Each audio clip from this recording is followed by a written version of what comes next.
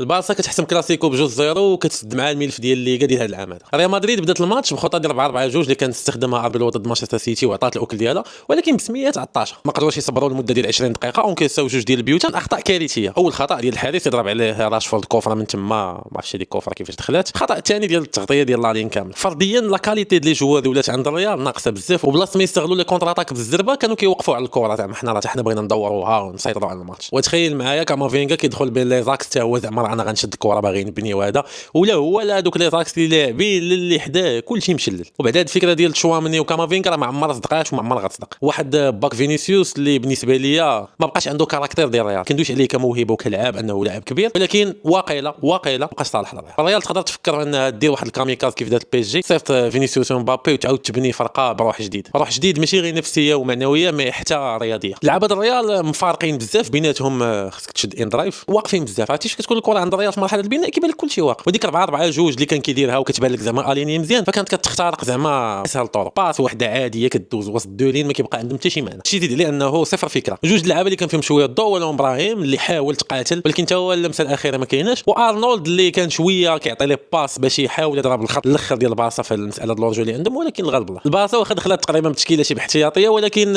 عارفين راسهم شنو باغيين، غنضغطوا غنزمطوا الماتش في البدايه ومن بعد نبقاو مقصرين. 4-3-3 وملي كتشوفها في التيران كتبان لك بحال شي 10 كيبانوا كثار لانهم كيتحركوا بزاف وكيجوني بحال بابي فوت كونيكت، بحال بيناتهم شي خيط اللي ما كيخليهمش يبعدوا على بعضياتهم. والبيت الثاني جا من فكره ديال الرجل الثالث انه واحد كيدخل في العمق وواحد كيبقى اون روتري، تعاودت شي 70,000 مره، يا اما فيران يا اما اولمو، والغريب انك ما كتعرفش شكون غادي يدير داك لابيل باش يدخل هذيك لازون. واخا ديفونسيفمون محلولين بزاف ولكن كيكومبونسيو بالموفمون. وهنا خصنا ندوي على جوج اللعابه. اول حاجه فيران توريس ماشي زرك، لعاب ذكي بزاف، غير هو اللمسه الاخيره ما عندوش زقال. وفيرمين لوبيز اللي بالنسبه ليا لاعب عظيم جدا، ما واخدش حقه. واحد الكره اللي بقى فيها راشفورد فاس فاس دارت واحد 4 لي باس اللي اللاعبين ديال البارسا ما كانوش كيشوفوا واش كاين صاحبهم ولا لا، حيت عارف انه في هذيك البلاصه غادي يكون واحد. ومن الحوايج المهمين عند البارسا هما كيفاش كيستهدفوا لي باس، كو سوا قدام لا لين ديفونسيف ديال الريال ولا في الاظهره في الجناب ولا في العمق. وكون كانت لا كاليتي ديال اللعابه اوفونسيف طالعه عند البارسا كنت تشوف شي سكور خيالي.